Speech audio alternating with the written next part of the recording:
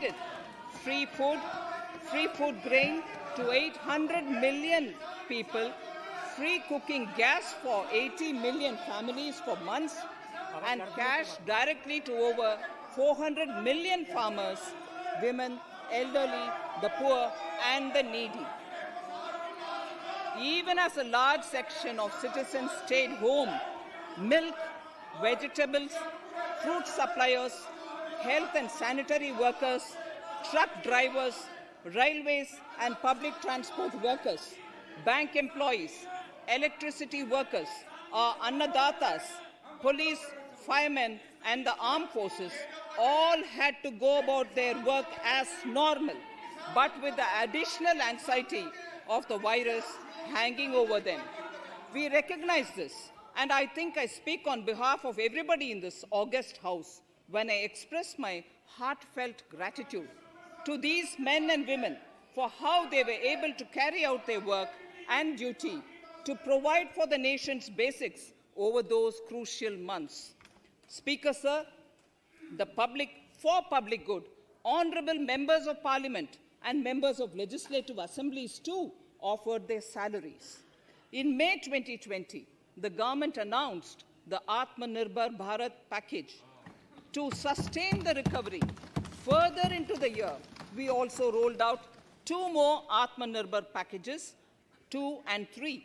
Total financial impact of all the Atmanirbhar Bharat packages, including measures taken by the RBI, was estimated to be about 27.1 lakh crores, which amounts to more than 13% of our GDP. As a government, we kept a watch on the situation and were proactive in our responses. The government, led by the Prime Minister, stretched its resources to deliver for most vulnerable sections of our society, the poorest of the poor, the Dalits, the tribals, the elderly, the migrant workers, and our children. The Pradhan Mantri Garib Kalyan Yojana, the 3 Atmanirbhar packages, and announcements made later were like 5 mini budgets in themselves. The Atmanirbhar packages accelerated our pace of structural reforms, redefinition of MSMEs, commercialization of the mining sector, agriculture and labor reforms, privatization of public sector undertakings, one nation, one ration card, production-linked incentive schemes are some of the notable reforms carried out during this period. Faceless income tax assessment, DBT, and financial inclusion are the others. Today, India has 2 vaccines available and has begun a medically safe, added comfort to know that 2 or more vaccines are also expected soon. Honorable Prime Minister launched the vaccination drive by crediting and thanking our scientists. We are ever grateful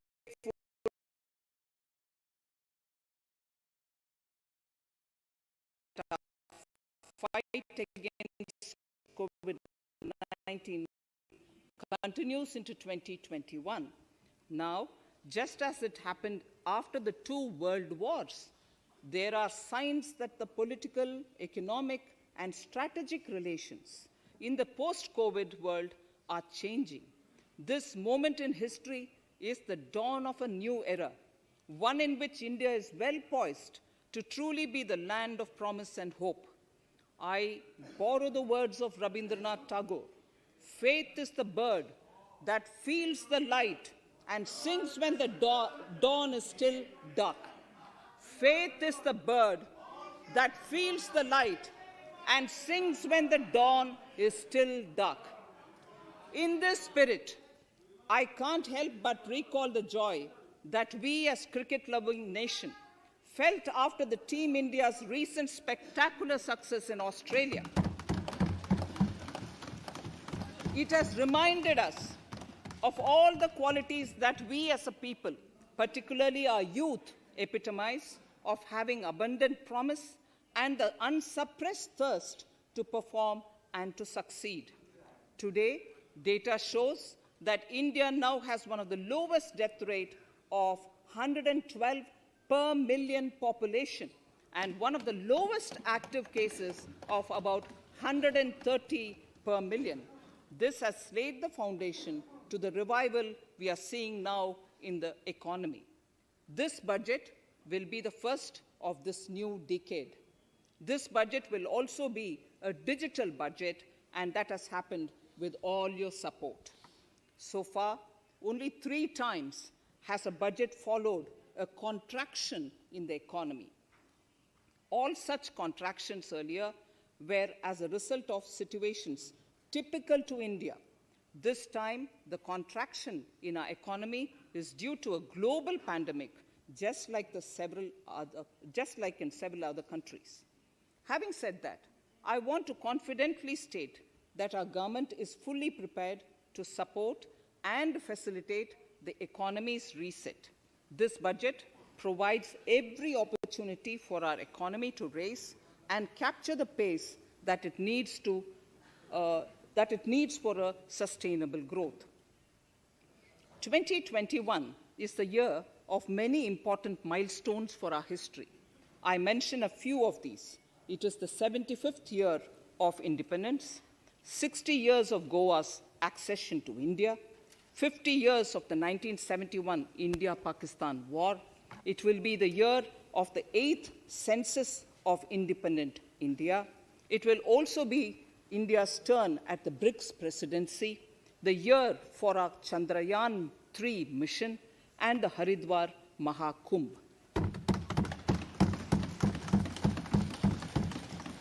Honorable Speaker, before I commence Part A of the budget, I want to take a moment to acknowledge how isolating and distancing seemed like insurmountable challenges for a country like ours that has people coming together in times of crisis. It hurts us in many ways. It hurt us in many ways. I bow my head in respect to every citizen for the endurance shown in facing what was an undeniably a tough year for all our physical and mental well-being. Part A. In Part A, I wish to lay a vision for Atmanirbhar Bharat.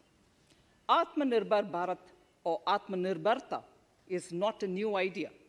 Ancient India was largely self-reliant and equally a business epicenter of the world. Atmanirbhar Bharat is an expression of the 130 crore Indians who have full confidence in their capabilities and skills. We are already part of international groupings such as the G20 and the BRICS, the Coalition for Disaster Resilient Infrastructure, and the International Solar Alliance are realities today due to India's efforts. The proposals in Part A will further strengthen the sankalp of nation first, doubling farmers' income, strong infrastructure, healthy India, good governance, opportunities for youth, education for all, women empowerment, and inclusive development, among others. Additionally, also on the path to fast implementation are the 13 promises we had made in the budget of 2015-16, which were to materialize during the Amrit Mahotsav of 2022 on the 75th year of our independence. They too resonate with the vision of Atmanirbharta.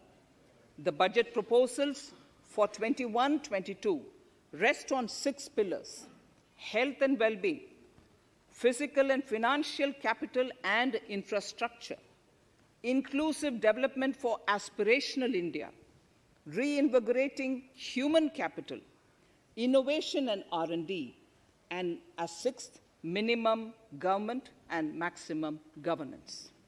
I now move to talking about the first pillar, health and well-being. Even at the outset, I would like to say that the investment on health infrastructure in this budget has increased substantially. Progressively, as institutions absorb more, we shall commit more. Taking a holistic approach to health, we focus on strengthening three areas: preventive, curative, and well-being. Health systems. A new centrally sponsored scheme, PM Atmanirbhar Swasth Bharat Yojana, will be launched with an outlay of about 64,180 crores over 6 years. This will develop capacities of primary, secondary, and tertiary care health systems, strengthen existing national institutions, and create new institutions to cater to detection and cure of new and emerging diseases. This will be in addition to the National Health Mission.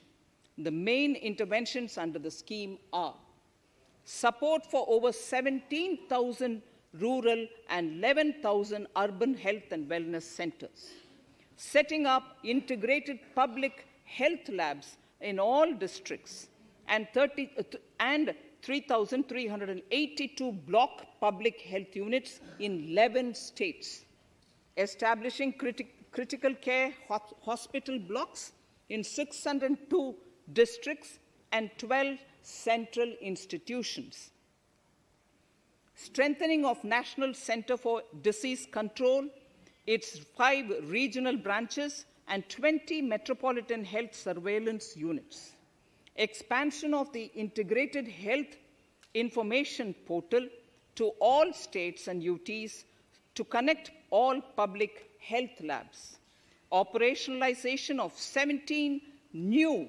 public health units, and strengthening of 33 existing public health units at points of entry, that is, at 32 airports, 11 seaports, and 7 land crossings, setting up of 15 health emergency operation centers and 2 mobile hospitals, and setting up of a National Institution for One Health, a regional research platform for WHO, World Health Organization, Southeast Asia Region Office, 9 biosafety level 3 laboratories, and 4 regional national institutes for virology. Nutrition. To strengthen nutritional content, delivery, outreach, and outcome, we will merge the supplementary nutrition program and the Poshan Abhiyan and launch the Mission Poshan 2.0. We shall adopt an intensified strategy to improve nutritional outcomes across 112 aspirational districts. Universal coverage of water supply. The World Health Organization has repeatedly stressed the importance of clean water, sanitation, and clean environment as a prerequisite to achieving universal health. The Jal Jeevan Mission Urban will be launched. It aims at universal water supply in all 4,370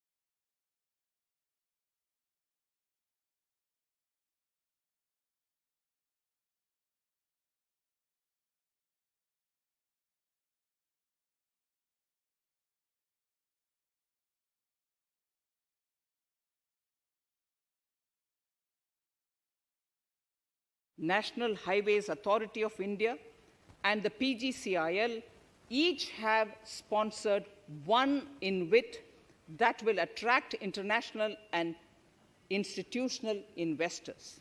5 operational roads with an estimated enterprise value of 5,000 crores of rupees are being transferred to the NHAI InvIT. Similarly, transmission assets of value 7,000 freight corridor assets for operations and maintenance after commissioning. A next lot of airports will be monetized for operations and management concessions.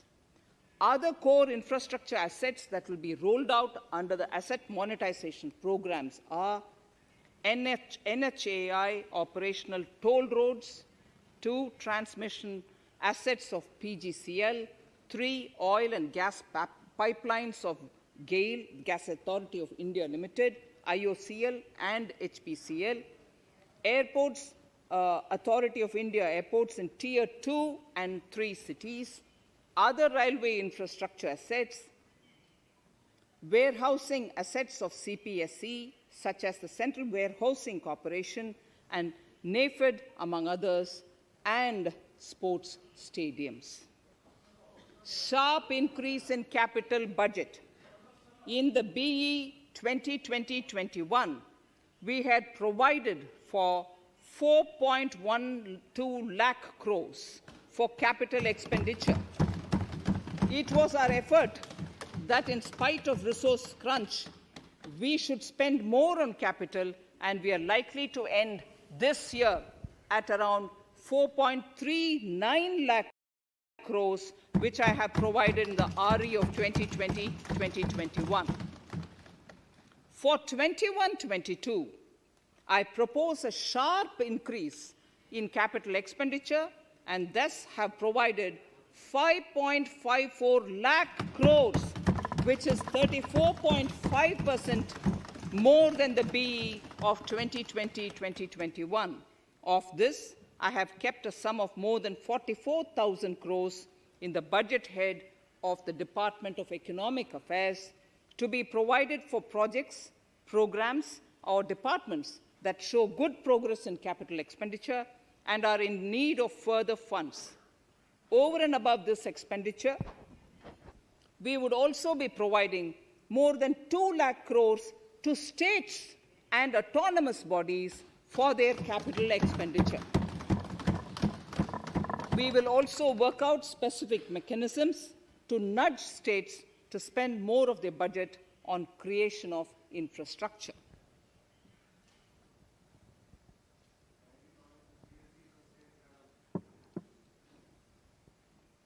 Roads and highways infrastructure. More than 13,000 kilometer length of roads at a cost of 3.3 lakh crores has already been awarded under the 5.35 lakh crores Bharatmala Pariyojana project, of which 3,800 kilometers have been constructed. By March 2022, we would be awarding another 8,500 kilometers and complete an additional 11,000 kilometers of national highway corridors. To further augment road infrastructure, more economic corridors are also being planned. Some are 3,500 kilometers of national highway works in the state of Tamil Nadu at an investment of 1.03 lakh crores. These include Madurai-Kollam corridor, Chittoor-Tachur corridor, and construction will start next year.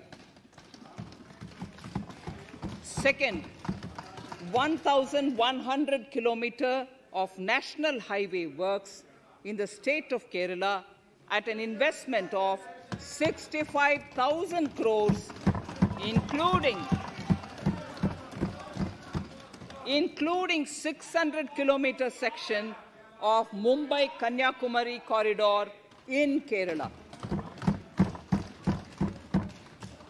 Third, 675 kilometers of highway works in the state of West Bengal at a cost of 25,000 crores, including upgradation of existing road Kolkata-Siliguri.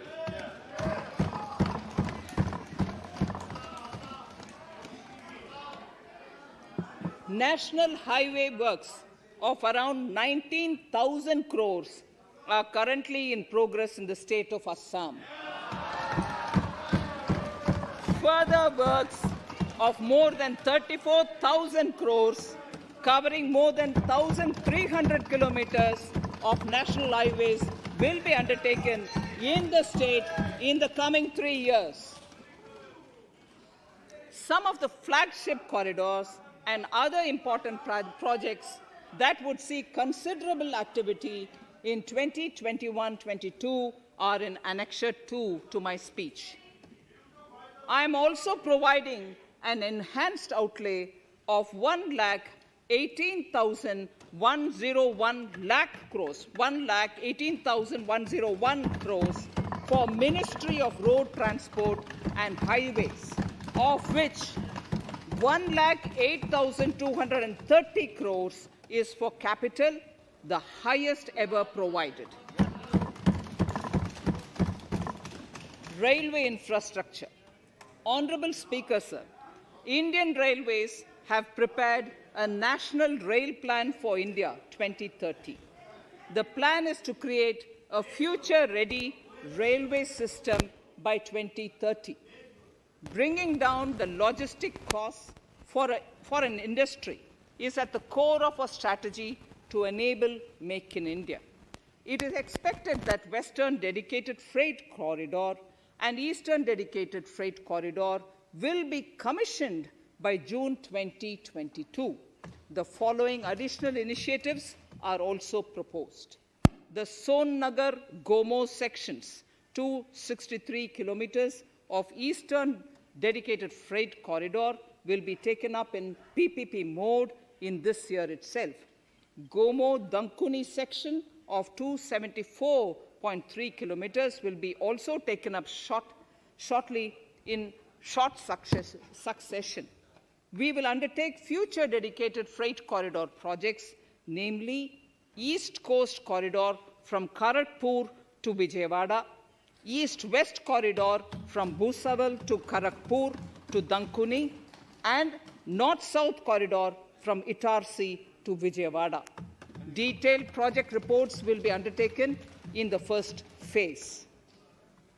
Broad gauge route kilometers, RKM as they refer to, electrified is expected to reach 46,000 kilometers, 46,000 RKMs. That is 72% by end of 2021 from 41,548 RKMs on 1st October 2020. 100% electrification of broad gauge routes will be completed by December 2023. For passenger convenience and safety, the following measures are being proposed. We will introduce the aesthetically designed Vista Dome LHB coach on tourist routes to give better travel experience to passengers.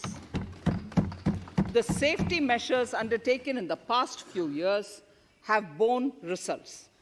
To further strengthen this effort, high-density network and highly utilized network routes of Indian Railways will be provided with an indigenously developed automatic train protection system that eliminates train collision due to human error. I am providing a record sum of 1,10,055 crores for railways, of which 1,07,100 crores is for capital expenditure only. Urban infrastructure. We will work towards raising the share of public transport in urban areas through expansion of metro rail networks and augmentation of city bus services. A new scheme will be launched at a cost of 18,000 crores to support augmentation of public bus transport services. The scheme will facilitate deployment of innovative PPP models to enable private sector players to finance, to acquire, to operate, and to maintain over 20,000 buses. The scheme will boost the automobile sector, provide fillip to economic growth, create employment opportunities for our youth, and enhance ease of mobility for urban residents. A total of 702 kilometers of conventional metro is operational, and another 1,016 kilometers of metro and RRTS is under construction in 27 cities.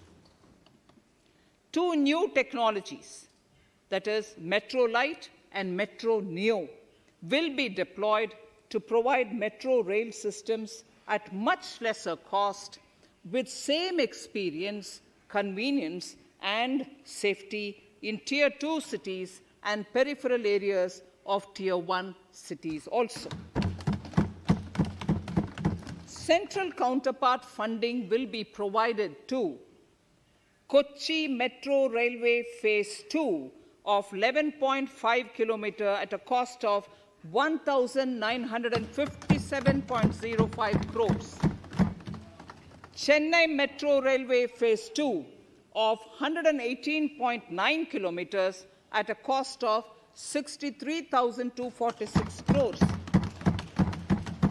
Bengaluru Metro Railway Project Phase 2A and 2B of 58.19 kilometers at a cost of 14,788 crores.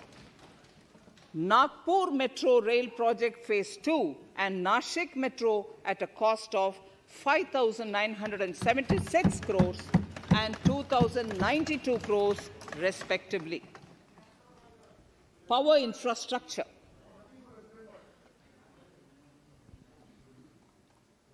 The past 6 years have seen a number of reforms and achievements in power sector. We have added 139 gigawatts of installed capacity, connected an additional 2.8 crore households, and added 1.41 lakh circuit companies across the country are monopolies, either government or private. There is a need to provide choice to the consumers by promoting competition. A framework will be put in place to give consumers alternatives to choose from among more than one distribution companies. I read that sentence again. A framework will be put in place to give consumers alternatives to choose from among more than one distribution company. The viability of distribution companies is a serious concern. A revamped, reforms-based, result-linked power distribution sector scheme will be launched with an outlay of 3,05,984 crores over 5 years. The scheme will provide assistance to DISCOMs for infrastructure creation, including prepaid smart metering, feeder separation, upgradation of systems, etc., tied to financial improvements. Prime Minister, while speaking at the third Reinvestment Conference in November 2020, had announced plans to launch a comprehensive national hydrogen energy mission. It is now proposed to launch a hydrogen energy mission in 2021-22 for generating hydrogen from green power sources. Ports, shipping, and waterways. Major ports will be moving from managing their operational services on their own to a model where a private partner will manage it for them. For the purpose,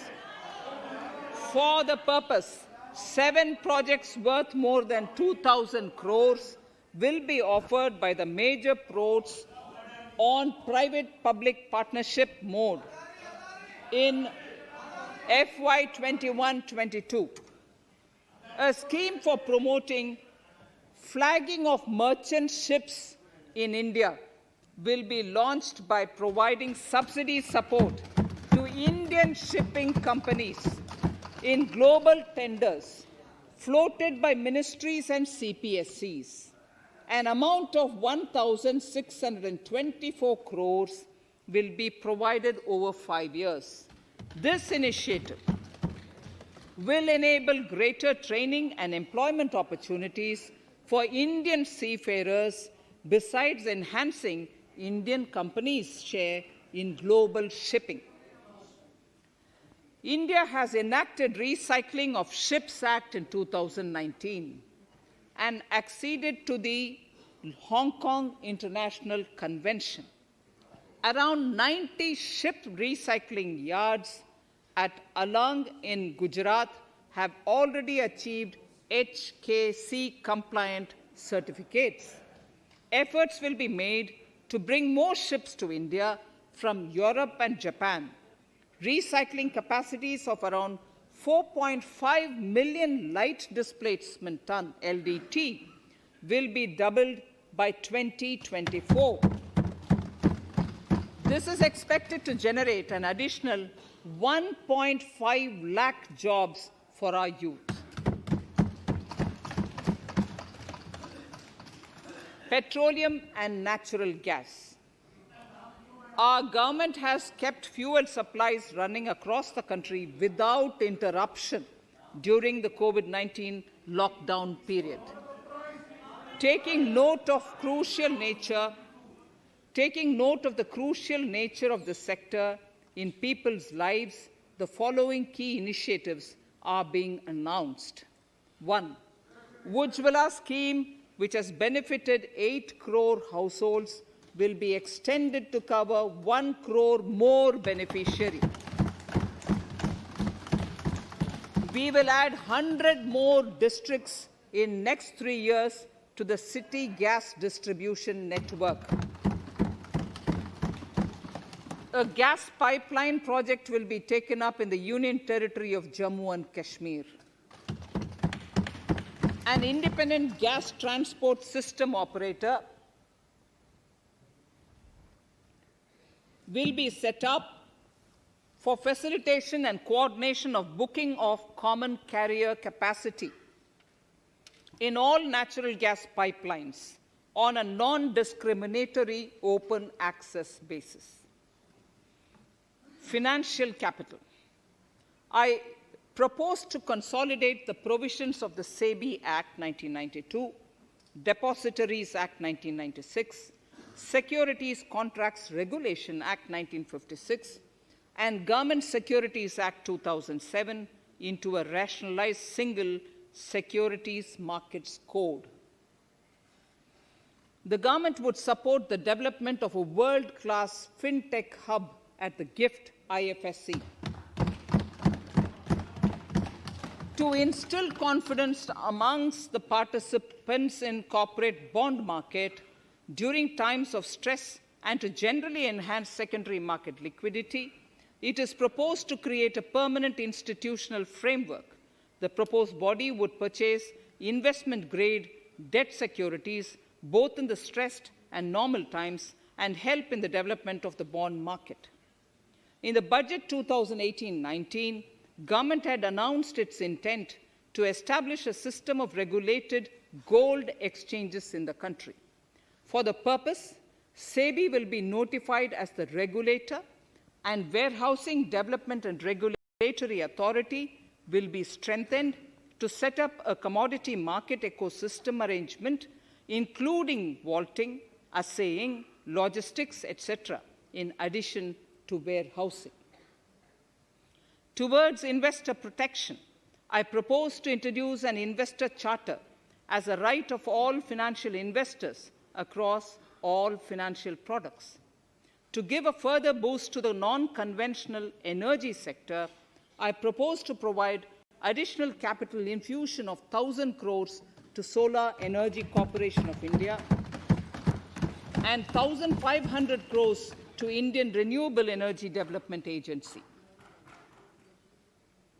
I propose to amend the Insurance Act 1938 to increase the permissible FDI limit from 49% to 74% in insurance companies and allow foreign ownership and control with safeguards.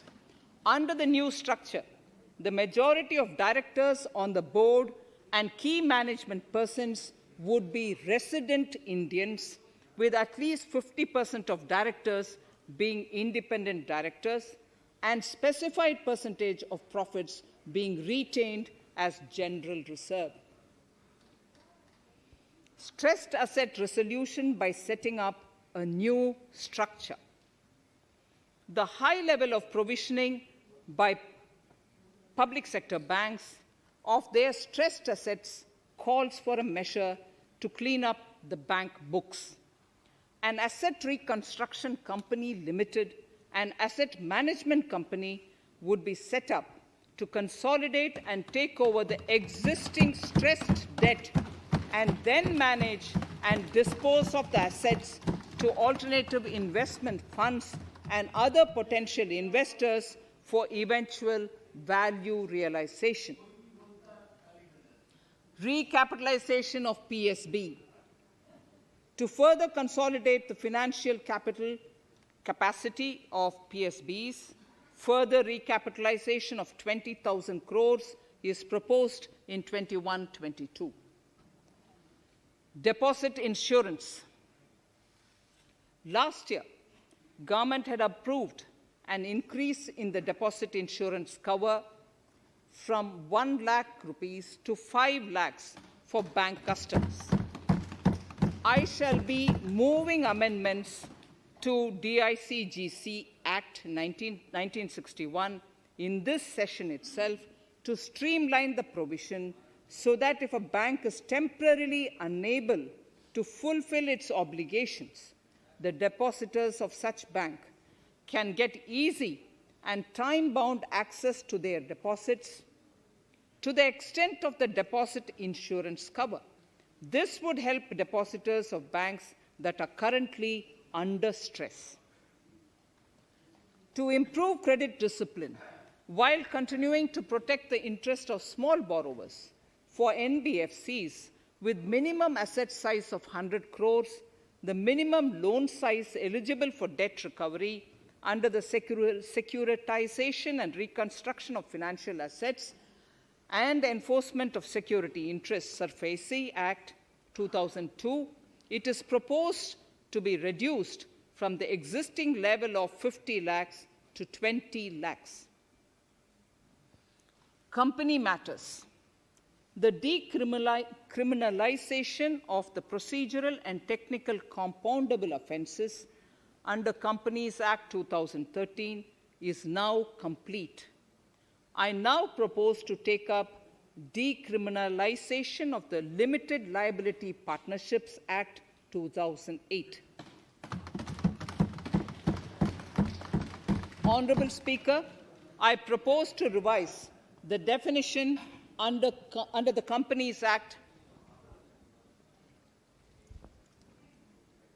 2013 for small companies by increasing the threshold for paid-up capital from not exceeding 50 lakh to not exceeding 2 crores and turnover from not exceeding 2 crores to not exceeding 20 crores.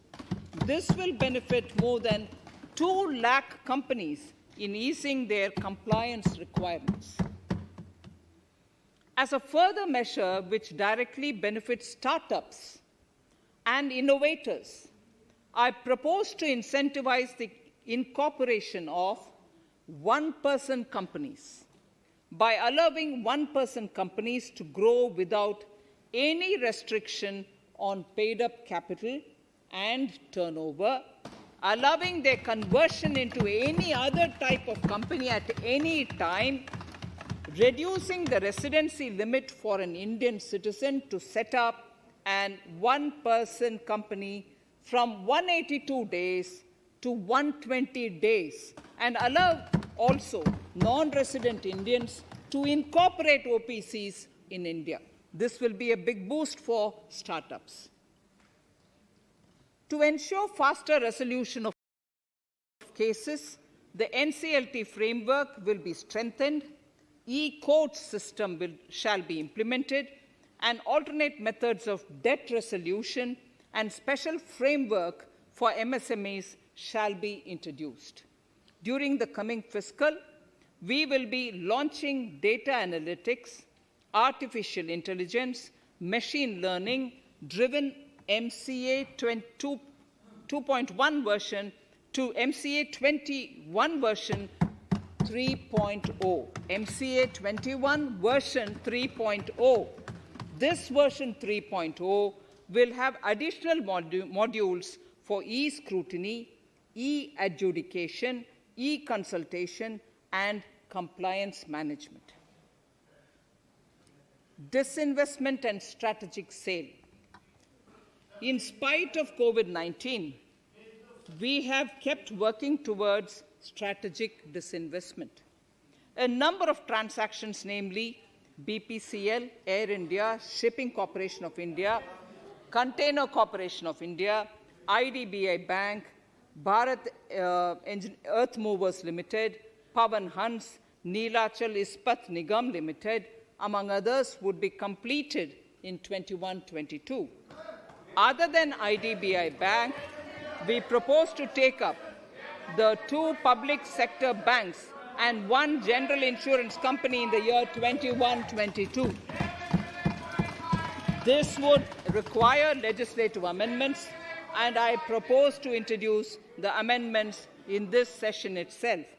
In 21-22, we would also bring the IPO of LIC, for which I am bringing the requisite amendments in this session itself. In the Atmanirbhar package, I had announced that we will come out with a policy of strategic disinvestment of public sector enterprises. I'm happy to inform the House that the government has the government has approved the said policy. The policy provides a clear roadmap for disinvestment in all non-strategic and strategic sectors. We have kept 4 areas that are strategic, where bare minimum CPSCs will be maintained and rest privatized. In the remaining sectors of all CPSCs will be privatized. The main highlights of the policy are mentioned in Annexure 3. To fast forward the disinvestment policy, I'm asking NITI to work out on the next list of center public sector companies that would be taken up for strategic disinvestment. To similarly incentivize states to take to disinvestment of their public sector companies, we will work out an incentive package of central funds to states. Idle assets will not contribute to Atmanirbhar Bharat. The non-core assets largely consist of surplus land with government ministries and departments and public sector enterprises. Monetizing of land can either be by way of direct sale or concession, or by similar means. This requires special abilities, and for this purpose, I propose to use a special purpose vehicle in the form of a company that would carry out this activity. In order to ensure timely completion of closure of sick or loss-making CPSCs, we will introduce a revised mechanism that will ensure timely closure of such units. I have estimated 1,75,000 crores as receipts from disinvestment in BE 21-22.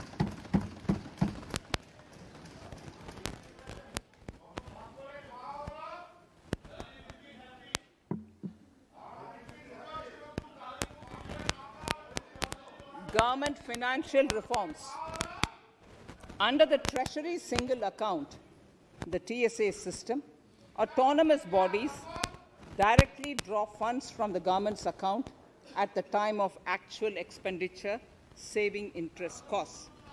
We will extend the TSA system for universal application from 21-22. On the recommendation of the 15th Finance Commission, we have undertaken a detailed exercise to rationalize and bring down the number of centrally sponsored schemes. This will enable consolidation of outlays for better impact. The government is committed to the development of multi-state cooperatives and will provide all support to them. To further streamline the ease of doing business for cooperatives, I propose to set up a separate administrative structure for them. So the third pillar of Atmanirbhar Bharat, inclusive development for aspirational India. Honorable Speaker, sir, under this pillar, I will cover agriculture and allied sectors, farmers' welfare and rural India, migrant workers and labor, and financial inclusion. Agriculture. Our government is committed to the welfare of farmers. The MSP regime has undergone a sea change to assure price that is at least 1.5 times the cost of production across all commodities.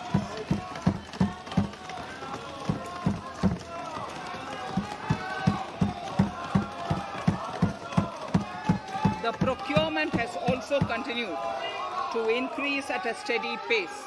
This has resulted in increase in payment to farmers substantially. In case of wheat, a total amount paid to farmers in 2013-14, Honorable Speaker, sir, the data that I give now is important for all honorable members to kindly hear. In case of wheat, the total amount paid to farmers in 2013-14 was 33,874 crores. In 2019-20, it was 62,802 crores. And even better, Honorable Speaker, in 2020-2021, this amount paid to farmers was 75,060 crores.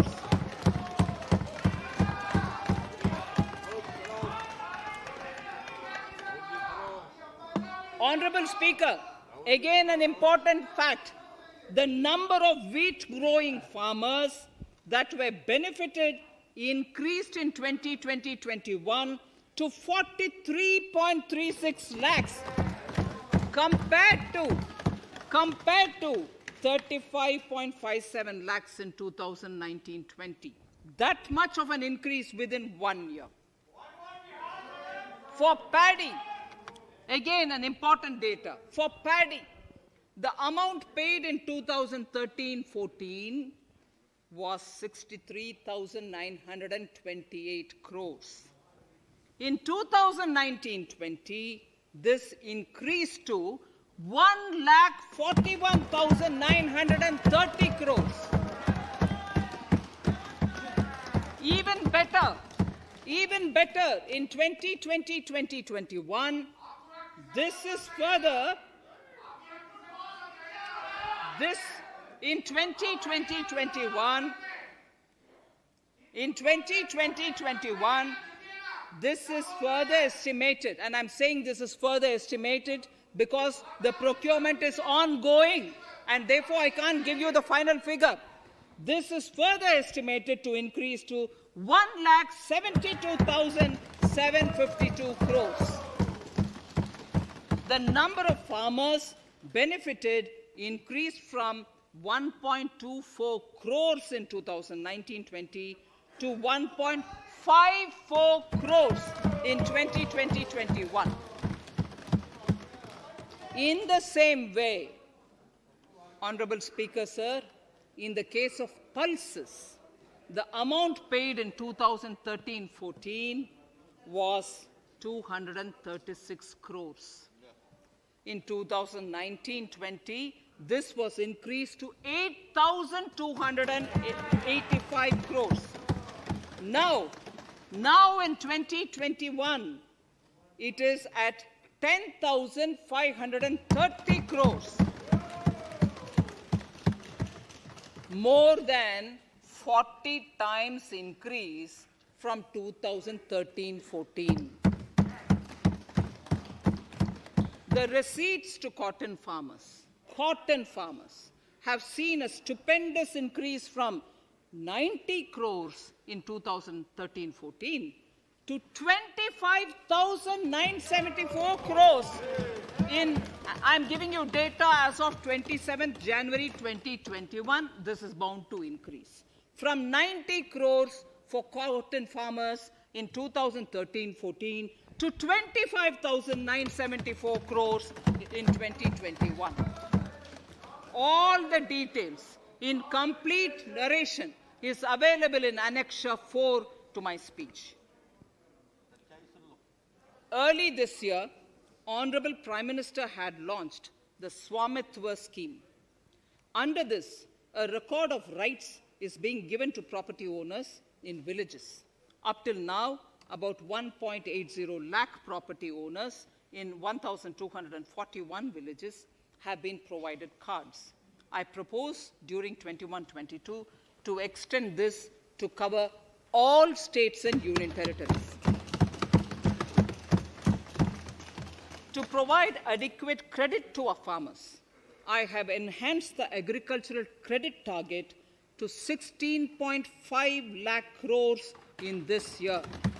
We will focus on ensuring increased credit flow to animal husbandry, Pashupalan, dairy, and to Matsyakar, to the fisheries. We are enhancing the allocation to the Rural Infrastructure Development Fund from 30,000 crores to 40,000 crores. The Micro Irrigation Fund, with a corpus of 5,000 crores, has been created under NABARD. I propose to double it by augmenting it by another 5,000 crores. To boost value addition in agriculture and allied products and their exports, the scope of Operation Green Scheme, that is presently applicable to only tomatoes, onions, and potatoes, will be enlarged to include 22 perishable crops. Around 1.68 lakh crore farmers, around 1.68 crore farmers are registered, and 1.14 lakh crores of rupees trade value has been carried out through e-NAMs, the National Agricultural Market.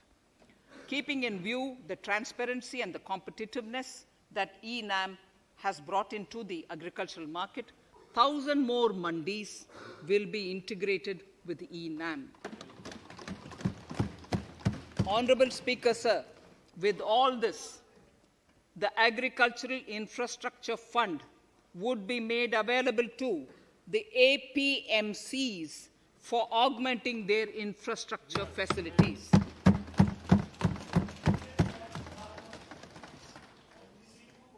Fisheries. I'm proposing substantial investments in the development of modern fishing harbors and fish landing centers. To start with, 5 major fishing harbors, Kochi, Chennai, Visakhapatnam, Paradip, and Petua Ghat, will be developed as hubs for economic activity. We will also develop inland fishing harbors and fish landing centers along the banks of rivers and waterways. Seaweed farming is an emerging sector with potential to transform the lives of coastal communities. It will provide large-scale employment and additional incomes. To promote seaweed farming and cultivation, I propose a multi-purpose seaweed park to be established in Tamil Nadu. Migrant workers and laborers. We have launched the One Nation, One Ration Card scheme, through which beneficiaries can claim their rations anywhere in the country. Migrant workers in particular benefit from the scheme, those staying away from their families can partially claim their ration where they are stationed, while their family in their native places can claim the rest. I'm happy to inform you that One Nation, One Ration Card plan is under implementation by 32 states and union territories, reaching about 69 crore beneficiaries. That's a total of 86% beneficiaries covered. The remaining 4 states and UTs will be integrated in the next few months. To further extend our efforts towards the unorganized labor force, migrant workers in particular, I propose to launch a portal that will collect relevant information on gig workers, building and construction workers, among others. This will help formulate health, housing, skill, insurance credit, and food schemes for all migrant workers. We will conclude a process that began 20 years ago with the implementation of the 4 labor codes. For the first time globally, social security benefits will be extended to gig and platform workers.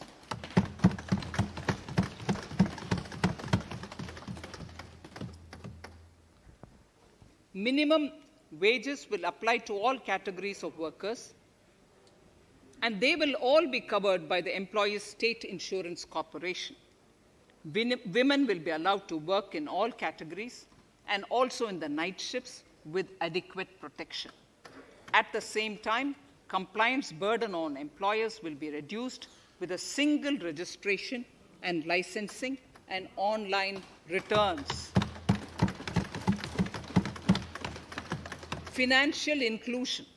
To further facilitate credit flow under the scheme of Stand Up India for the scheduled castes and scheduled tribes and also women, I propose to reduce the margin money requirement from 25% to 15% only, and to also include loans for activities in allied sectors in allied activities in agriculture. We have taken a number of steps to support the MSME sector. In this budget, I have provided 15,700 crores to this sector, more than double of the last year's B. Honorable Speaker, sir, I now go to the 4th pillar, reinvigorating human capital. The national education policy announced recently has had good reception. In school education, more than 15,000 schools will be qualitatively strengthened to include all components of the national education policy. They shall emerge as exemplar schools in their regions, hand-holding and mentoring other schools to achieve the ideals of policy. 100 new Sainik schools will be set up in partnership with NGOs, private schools, and states. Higher education. In Budget 2019-20, I had mentioned about the setting up of a higher education commission in India. We would be introducing the legislation this year to implement the same. It will be an umbrella body having 4 separate vehicles for standard setting, accreditation, regulation, and funding.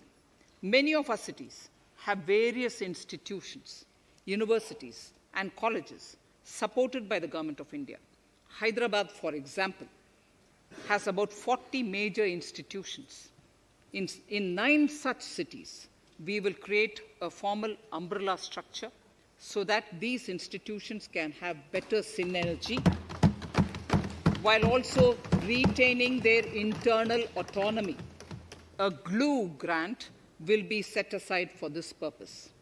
For accessible higher education in Ladakh, I propose to set up a central university in Leh.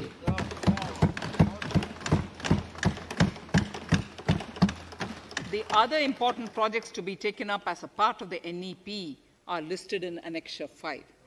Scheduled caste and scheduled tribes welfare. We have set ourselves a target of establishing 750 Eklavya model residential schools in our tribal areas.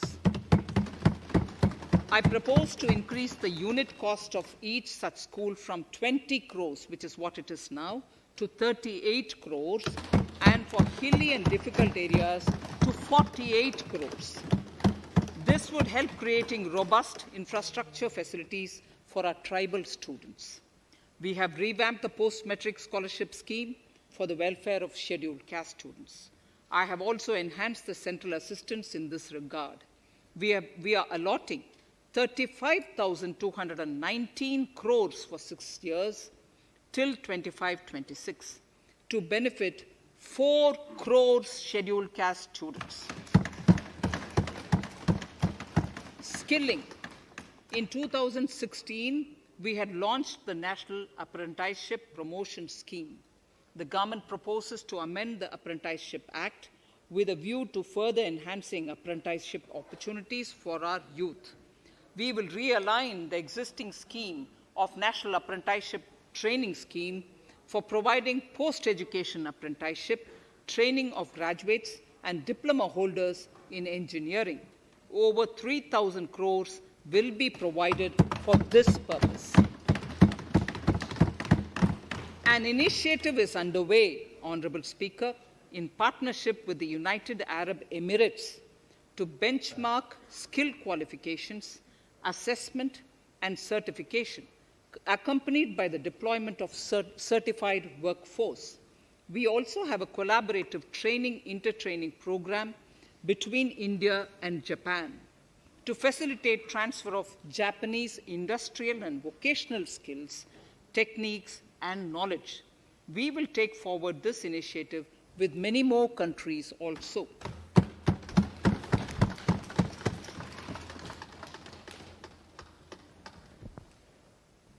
Innovation and R&D. In my budget speech of 2019, I had announced the National Research Foundation. We have now worked out the modalities, and the NRF outlay will be of 50,000 crores over 5 years.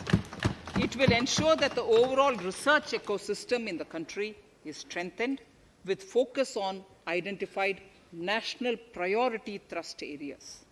There has been a manifold increase in digital payments in the recent past. To give a further boost to digital transactions, I earmarked 1,500 crores for a proposed scheme that will provide financial incentive to promote digital mode of payment. We will undertake a new initiative, National Language Translation Mission. This will enable the wealth of governance and policy-related knowledge on the internet being made available in major Indian languages. The new Space India Limited, a PSU under the Department of Space, will execute the PSLV CS-51 launch, carrying the Amazonia satellite from Brazil, along with a few smaller Indian satellites. As part of the Gaganyaan mission activities, 4 Indian astronauts are being trained on generic spaceflight aspects in Russia. The first unmanned launch is slated for December 2021. Our oceans are a storehouse of living and non-living resources. To better understand this realm, we will launch a deep ocean mission with a budget outlay of more than 4,000 crores over 5 years. This mission will cover deep ocean survey exploration and projects for the conservation of deep sea biodiversity. I come to the 6th pillar, Honorable Speaker, minimum government, maximum governance. Honorable Speaker, sir, this is the last of the 6 pillars. This will outline plans for reforms in one of our core principles of minimum government, maximum governance. We have taken a number of steps to bring reforms in tribunals in the last few years for speedy delivery of justice. Continuing with the reforms process, I now propose to take further measures to rationalize the functioning of tribunals. We have introduced the National Commission for Allied Healthcare Professionals Bill in Parliament. National Commission for Allied Healthcare Professionals Bill in the Parliament, with a view to ensure transparent and efficient regulation of 56 allied healthcare professionals.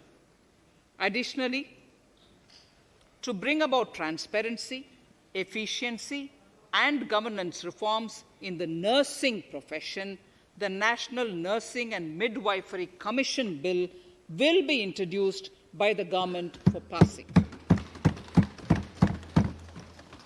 To have ease of doing business for those who deal with government or CPSEs and carry out contracts, I propose to set up a conciliation mechanism and mandate its use for quick resolution of contractual disputes. This will instill confidence in private investors and contractors. Honorable Speaker, sir, the forthcoming census could be the first digital census in the history of India.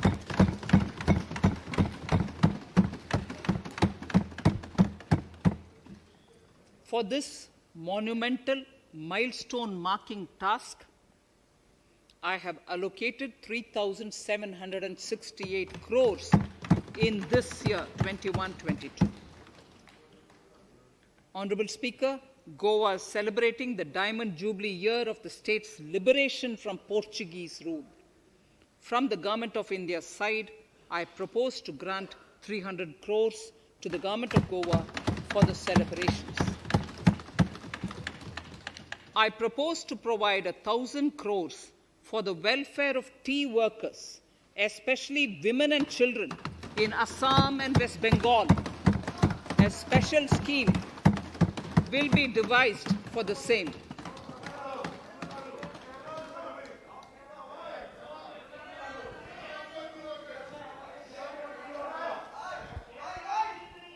Fiscal position. Fiscal position. In these last few paragraphs of Part A of my speech, I draw the attention of this august House to the fact that at the beginning of the current financial year, the pandemic's impact on the economy resulted in a weak revenue inflow. This was combined with high expenditure to provide essential relief to vulnerable sections of the society, especially the poor, the women, scheduled castes, and scheduled tribes.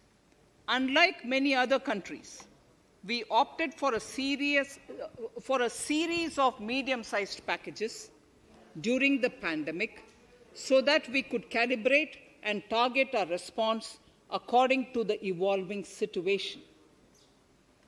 Once the health situation stabilized and the lockdown was being slowly lifted, we switched to ramping up government spending so as to revive domestic demand.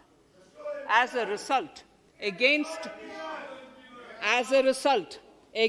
an original BE expenditure of 30.42 lakh crores for 2020-21, our RE estimates are 34.50 lakhs, 30.42 now within the year going up to 34.5 lakh crores. We have maintained quality of expenditure.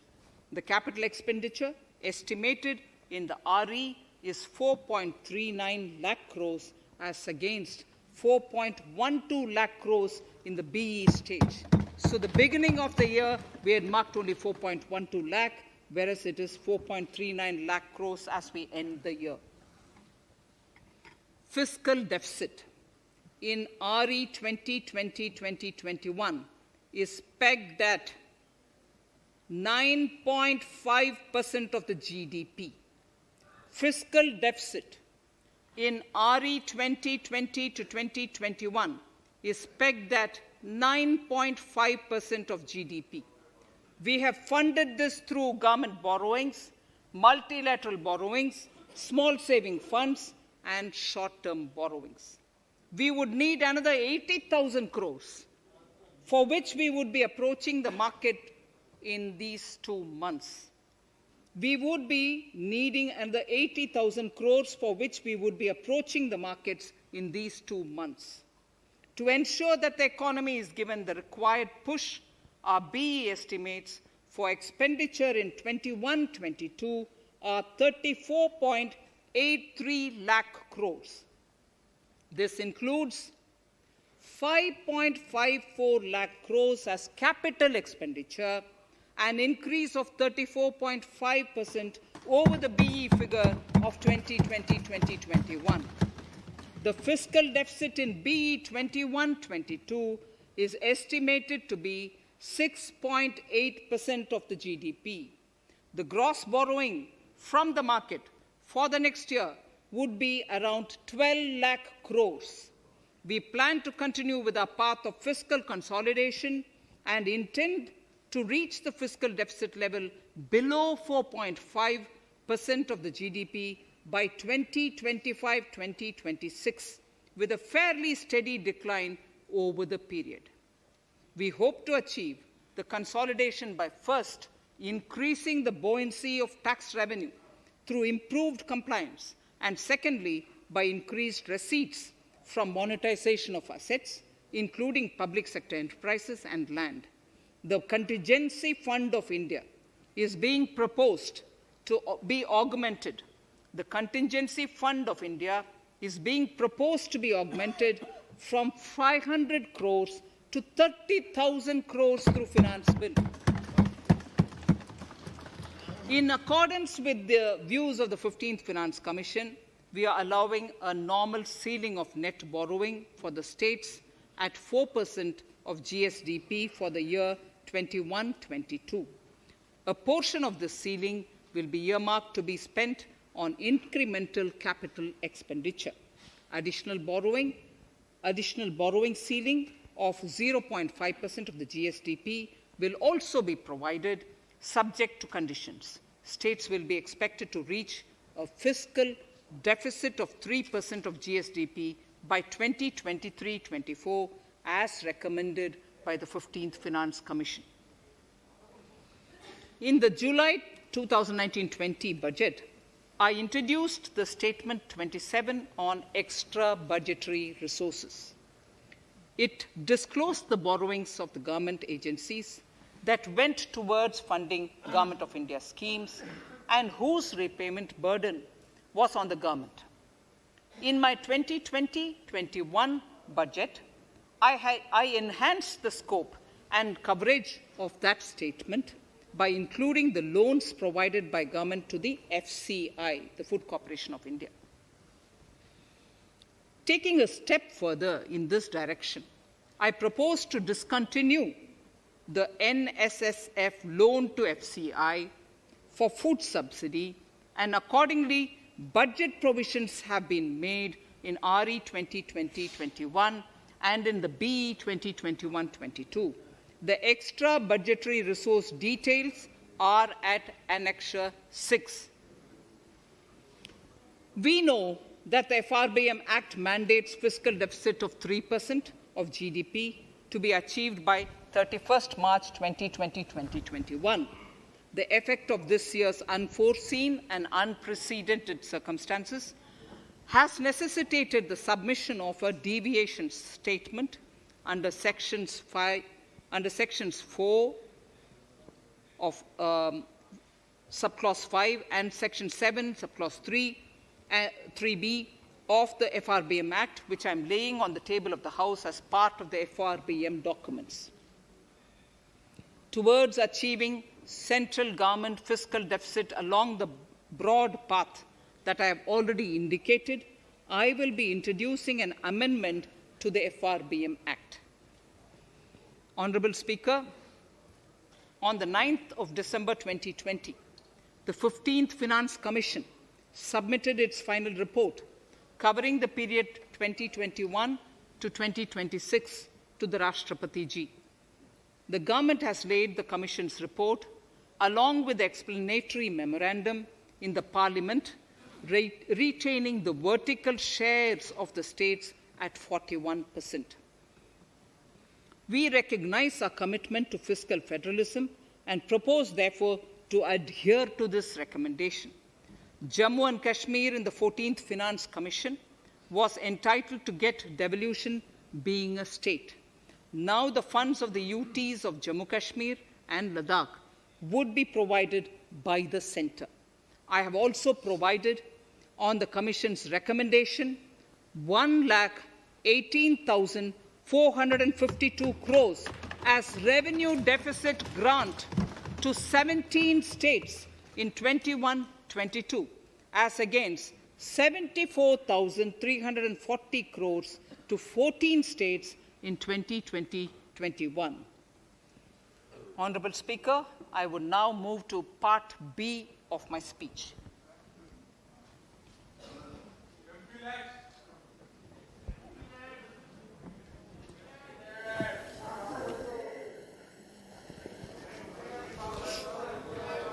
Honourable Speaker, the world is facing a serious challenge of the pandemic and its aftershock.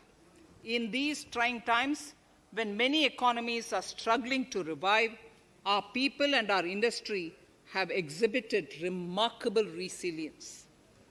As I mentioned already, post-pandemic, a new world order seems to be emerging, one in which Asia is poised to occupy a prominent position, and India will have a leading role therein. In this scenario, our tax system has to be transparent, efficient, and should promote investments and employment in our country. At the same time, it should put minimum burden on our taxpayers. I borrow the words of Thiruvalluvar, the saint. Yetralum, eatalum, kathalum, katha vaguthalum, nalla valladarasu. A king or a ruler is the one who creates and acquires wealth, protects and distributes it for common good. Tirukkural. Direct tax proposals.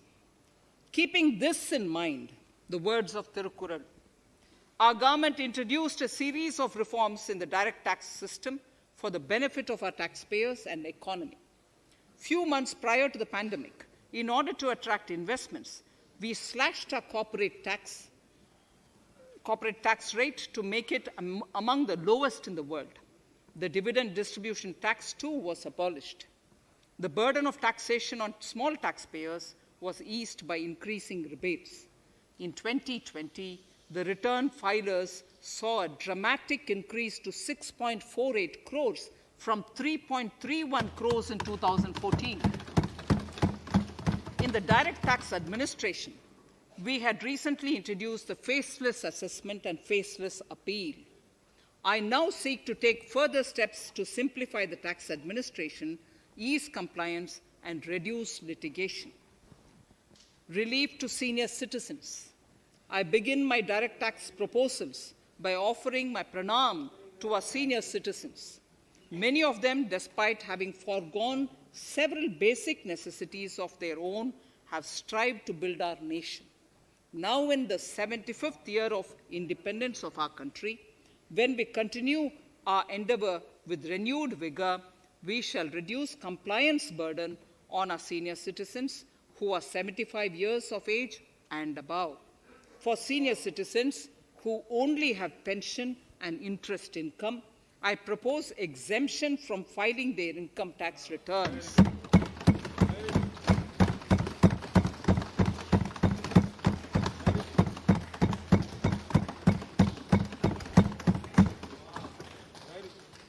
The paying bank will deduct the necessary tax on their income.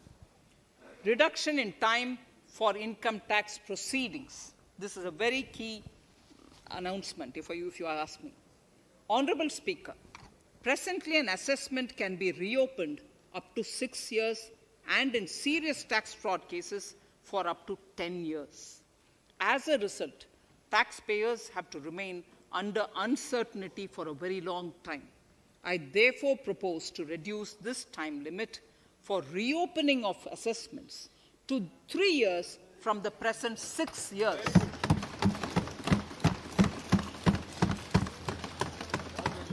In serious tax evasion cases too, only where there is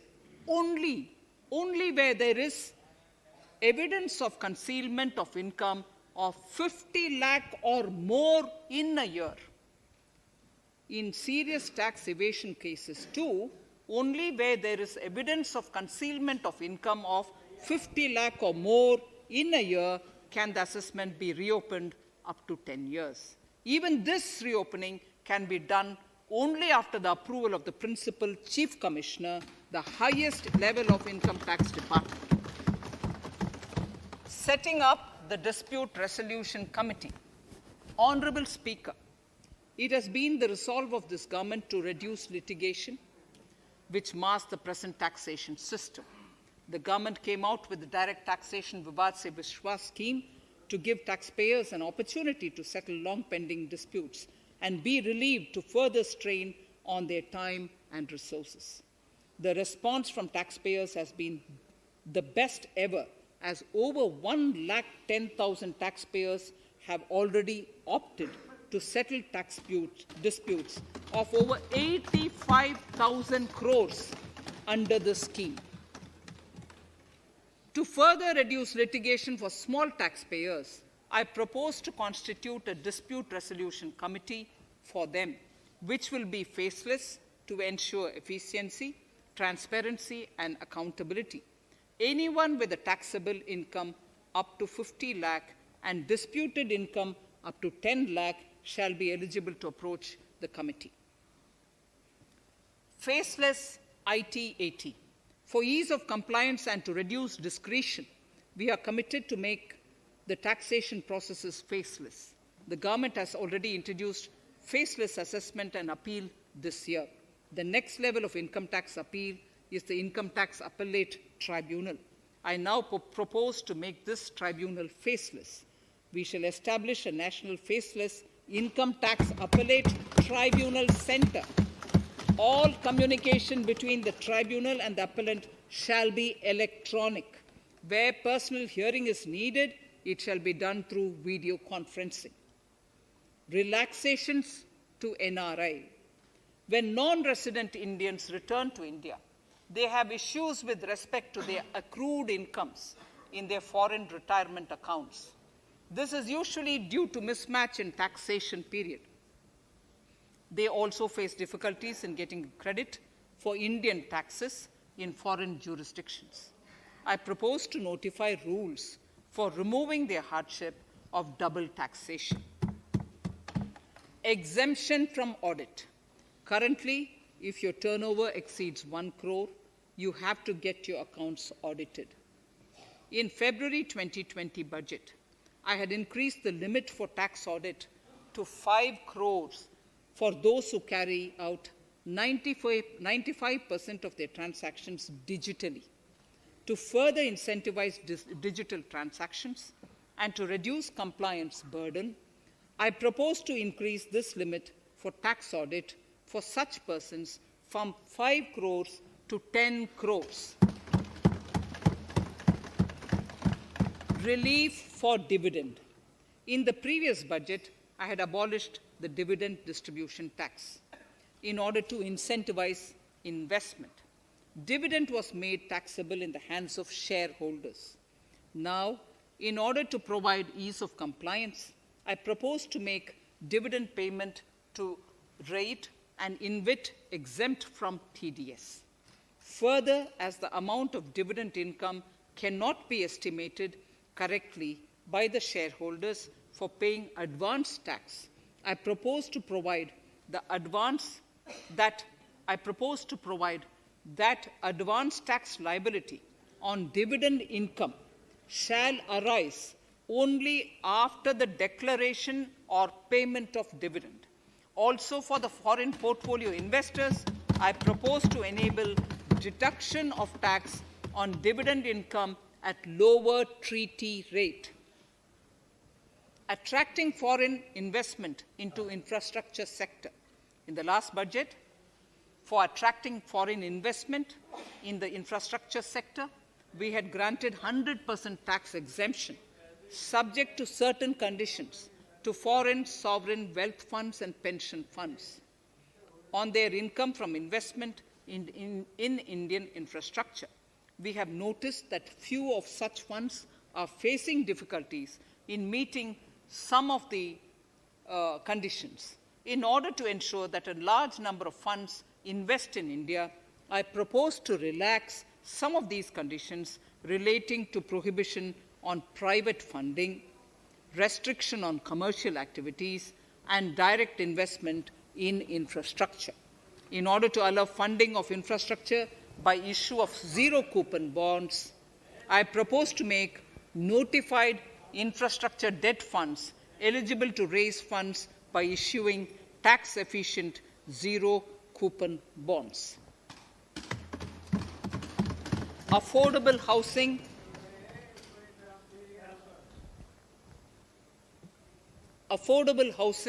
and rental housing. This government sees housing for all and affordable housing as priority areas. In July 2019 budget, I provided an additional deduction of interest amounting to 1.5 lakh for loan taken to purchase an affordable house. I propose to extend the eligibility of this condition by 1 more year to 31st March 2022. The additional deduction of 1.5 lakh shall therefore be available for loans taken up to 31st March 2022 for the purchase of affordable houses. Further, to keep up the supply of affordable houses, I propose that the affordable housing projects can avail a tax holiday for 1 more year till 31st March 2022. These are available now for projects also. We are committed to promote supply of affordable rental housing for migrant workers. For this, I propose to allow tax exemption for notified affordable rental housing projects. Tax incentives to IFSC. As I mentioned in Part A of this speech, the government is committed to making the International Financial Services Center in GIFT City a global financial hub. In addition to the tax incentives already provided, I propose to include, among others, tax holiday for capital gains for aircraft leasing companies, tax exemption for aircraft lease rentals paid to foreign lessors, tax incentive for relocating foreign funds in the IFSC, and to allow tax exemption to the investment division of foreign banks located in the IFSC. Pre-filling of returns. Honorable Speaker, in order to ease compliance for the taxpayer, details of salary income, tax payments, TDS, etc., already come pre-filled in income tax returns.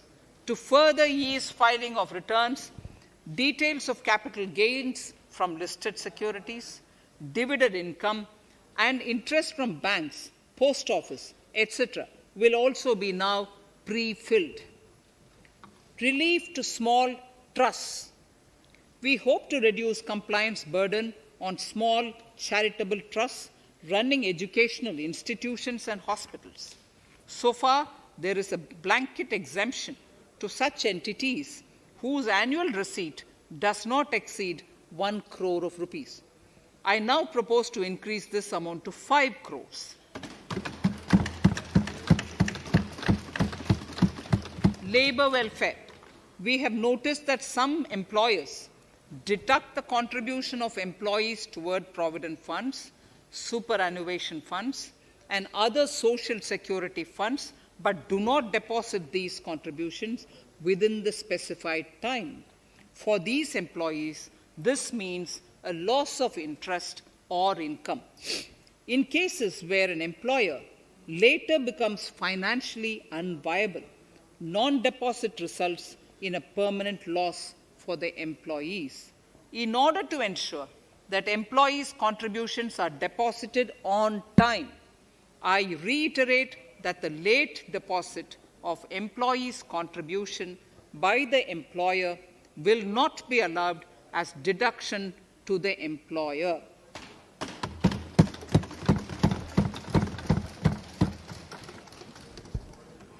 Incentives for startups. In order to incentivize startups in the country, I propose to extend the eligibility for claiming tax holiday for startups by one more year, till 31st March 2022. Further, in order to incentivize funding for the startups, I propose to extend the capital gains exemption for investment in startups by one more year till 31st March 2022. Sir, I now come to indirect tax proposals, GST. Before I come to my indirect tax proposals, I would like to appraise the House on GST. The GST is now 4 years old, and we have taken several measures to further simplify it. Some of the measures include nil return through SMS, quarterly return and monthly payment for small taxpayers, electronic invoice system, validated input tax statements, pre-filled editable GST return, and staggering of returns filing. The capacity of GST and system has also been enhanced. We have also deployed deep analytics and artificial intelligence to identify tax evaders and fake billers and launched special drives against them. The results speak for themselves. We have made record collections in the last few months. The GST Council has painstakingly thrashed out thorny issues. As chairperson to the Council, I want to assure this House that we shall take every possible measure to smoothen the GST further and to remove anomalies such as inverted duty structure. Custom duty rationalization. Our custom duty policy should have the twin objective of promoting domestic manufacturing and helping India get on to global value chain and export better. The thrust now has to be on easy access to raw materials and exports of value-added products. Towards this, last year, we started overhauling the customs duty structure, eliminating 80 outdated exemptions. I also thank everyone who responded overwhelmingly to a crowdsourcing call for suggestions on this revamp. I now propose to review more than 400 old exemptions this year. I repeat, I now propose to review more than 400 old exemptions this year. We will conduct this through extensive consultations, and from 1st October 2021, we will put in place a revised customs duty structure free of distortions. I also propose that any new customs duty exemptions, therefore, henceforth will have validity up to 31st March following 2 years from the date of the issue. Electronic and mobile phone industry. Domestic electronic manufacturing has grown rapidly. We are now exporting items like mobiles and chargers. For greater domestic value addition, we are withdrawing a few exemptions on part of chargers and subparts of mobiles. Further, some parts of mobiles will move from nil rate to a moderate 2.5%. Iron and steel. MSMEs and other user industries have been severely hit by a recent sharp rise in iron and steel prices. Therefore, we are reducing customs duty uniformly to 7.5% on semis, flats, and long products of non-alloy, alloy, and stainless steels. To provide relief to metal recyclers, mostly MSMEs, I am exempting duty on steel scrap for a period up to 31st March 2022. Further, I'm also revoking ADD and CVD on certain steel products. Also, to provide relief to copper recyclers, I'm reducing duty on copper scrap from 5% to 2.5%. Textiles. The textile sector generates employment and contributes significantly to the economy. There is a need to rationalize duties on raw material inputs to man-made textiles. We are now bringing nylon chain on par with polyester and other man-made fibers. We are uniformly reducing the BCD rates on caprolactam, nylon chips, nylon fiber, and yarn to 5%. This will help the textile industry, MSMEs, and also overall exports. Chemicals. We have calibrated customs duty rates on chemicals to encourage domestic value addition and to remove inversions. Apart from other items, we are reducing customs duty on naphtha to 2.5% to correct inversion. Gold and silver presently attract a basic customs duty of 12.5%. Since the duty was raised from 10% in July 19, prices of precious metals have risen sharply. To bring it closer to previous levels, we are rationalizing customs duty on gold and silver. Renewable energy. In Part A, we have already acknowledged that solar energy has huge promise for India. To build up domestic capacity, we will notify a phased manufacturing plan for solar cells and solar panels. At present, to encourage domestic production, we are raising duty on solar inverters from 5% to 20% and on solar lanterns from 5% to 15%. Capital equipment and auto parts. There is immense potential in manufacturing heavy capital equipment domestically. We will comprehensively review the rate structure in due course. However, we are revising duty rates on certain items immediately. We propose to withdraw exemptions on tunnel boring machine. It will attract a customs duty of 7.5% and its parts a duty of 2.5%. We are raising customs duty on certain auto parts to 15% to bring them on par with general rate on auto parts. MSME products. We are proposing certain changes to benefit MSMEs. We are increasing duty from 10 to 15% on steel screws and plastic builder wares. On prawn feed, we increase it from 5 to 15%. We are rationalizing exemption on import of duty-free items as an incentive to exporters of garments, leather, and handicraft items.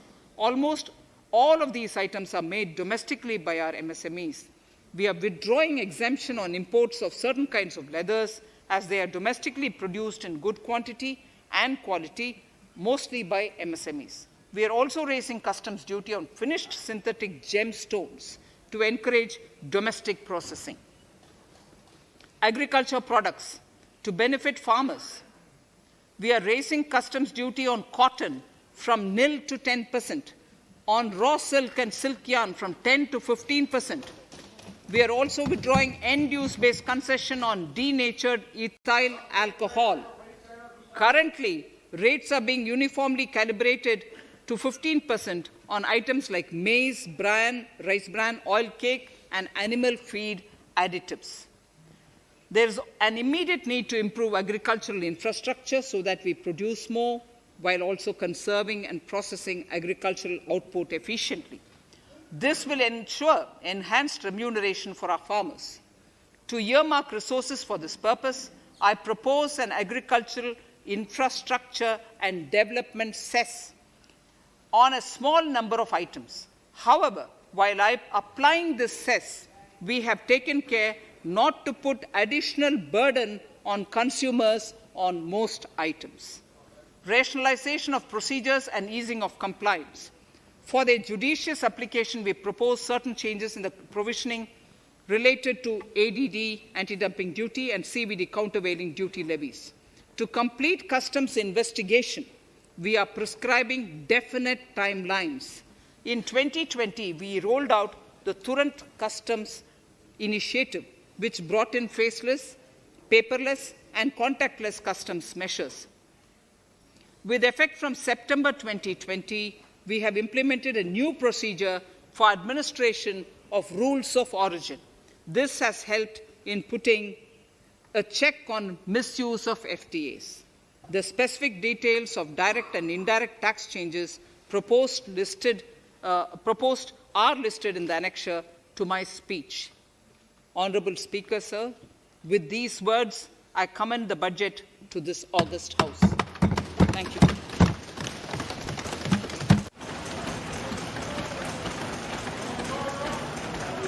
Item number 1, माननीय मंत्री जी, item number 1। Sorry, I don't have it with me. Sir, I wish to place on table the 15th Finance Commission report.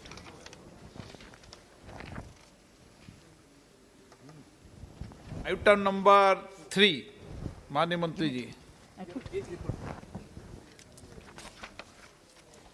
Sir, I wish to lay on the table the following statements under Section 3(1) of the Fiscal Responsibility and Budget Management Act 2003, the medium-term fiscal policy cum fiscal policy strategy statement and macroeconomic framework statement.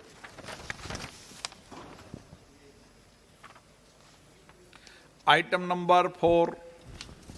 So I wish to seek your permission to move for leave to introduce the Finance Bill 2021. प्रश्न ये कि विधेयक को पुनर्स्थापित करने की अनुमति प्रदान की जाए। जो सदस्य इसके पक्ष में हाँ कहें, जो सदस्य इसके विरोध में ना कहें। मेरे विचार में निर्णय हाँ वालों के पक्ष में हुआ, हाँ वालों के पक्ष हुआ। माननीय मंत्री जी विधेयक को पुनर्स्थापित करें। introduce the bill.